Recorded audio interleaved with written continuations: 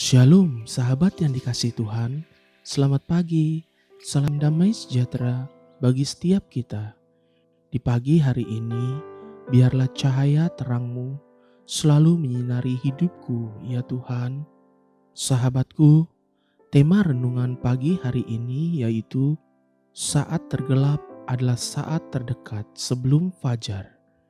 Mari kita buka Alkitab dalam kitab Keluaran 1 ayat 8 sampai dengan 12. Kemudian bangkitlah seorang raja baru memerintah tanah Mesir yang tidak mengenal Yusuf. Berkatalah raja itu kepada rakyatnya, "Bangsa Israel itu sangat banyak dan lebih besar jumlahnya daripada kita.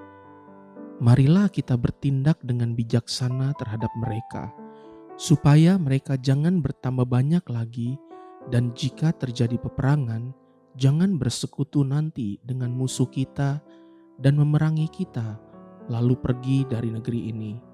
Sebab itu pengawas-pengawas Rodi ditempatkan atas mereka untuk menindas mereka dengan kerja paksa. Mereka harus mendirikan bagi Firaun kota-kota perbekalan, yakni Pitom dan Ramses. Tetapi makin ditindas, makin bertambah banyak dan berkembang mereka, sehingga orang merasa takut kepada orang Israel itu.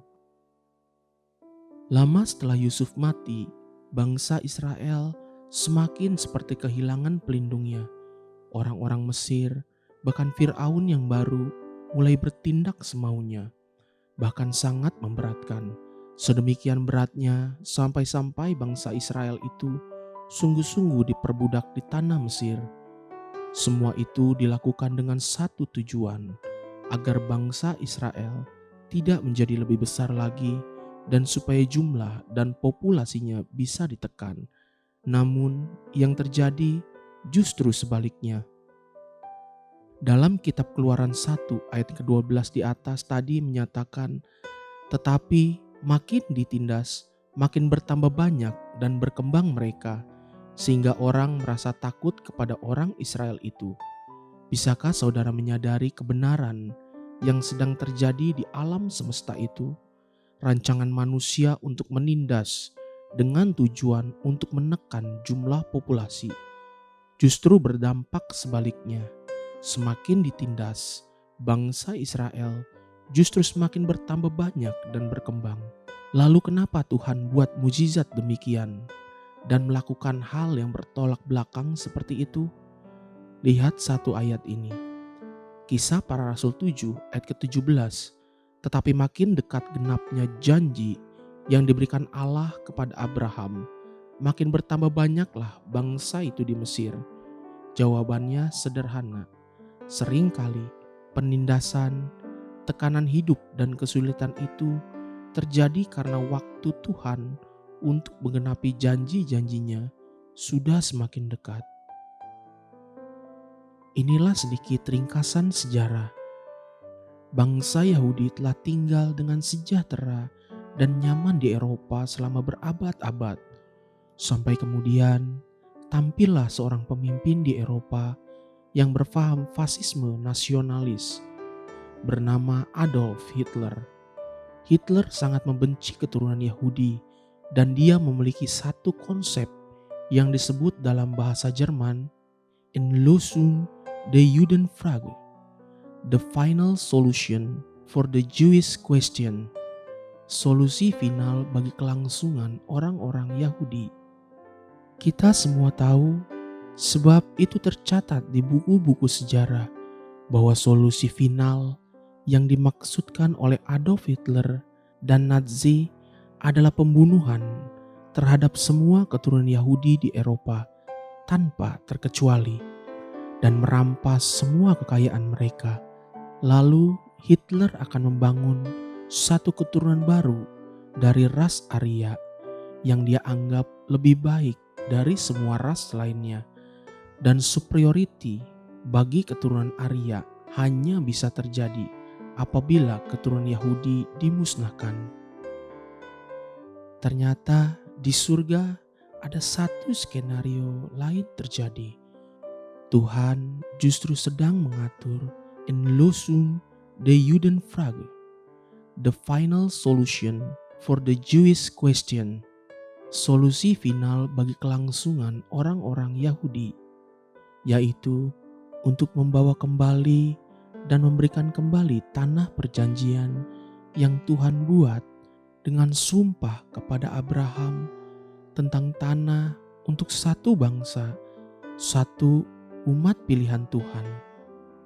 Selama ribuan tahun, Israel sebagai bangsa sudah tidak pernah ada lagi.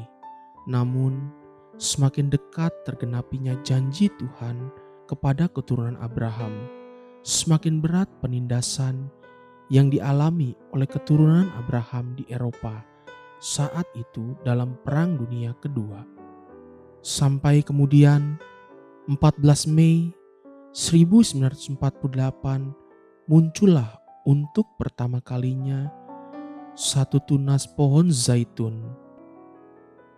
Israel sebagai bangsa yang berdaulat diteguhkan dan dikokohkan oleh PBB.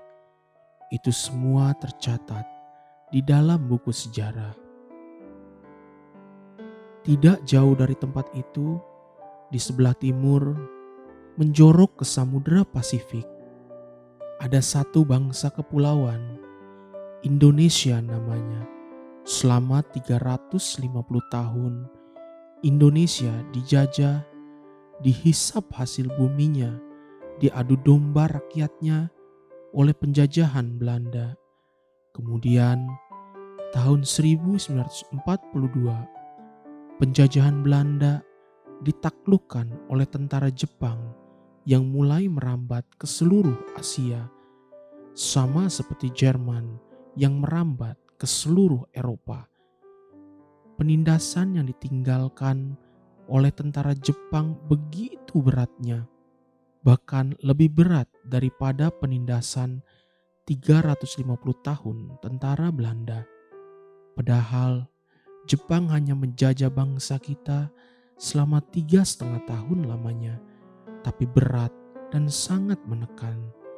Ternyata keadaan yang lebih berat itu diizinkan Tuhan untuk menggenapi rencana agungnya, untuk memulihkan dan memberikan bangsa ini kemerdekaan yang sejati. Masih banyak lagi contoh-contoh nyata di dalam sejarah yang bisa kita beberkan. Namun, dari sedikit contoh-contoh ini, marilah kita melihat sidik jari Tuhan yang bekerja di dalam sejarah. Semakin ditindas, semakin dekat waktu penggenapan janji itu. Sebab semakin gelap, semakin dekat dengan fajar. Haleluya, sahabat, mari kita sama-sama berdoa. Bapa Surgawi, hamba bersyukur untuk semua pertolongan dan campur tangan-Mu di dalam hidupku. Aku akan selalu aman sebab Allahku hidup dan berdaulat. Amin. Jesus loves you and so do I.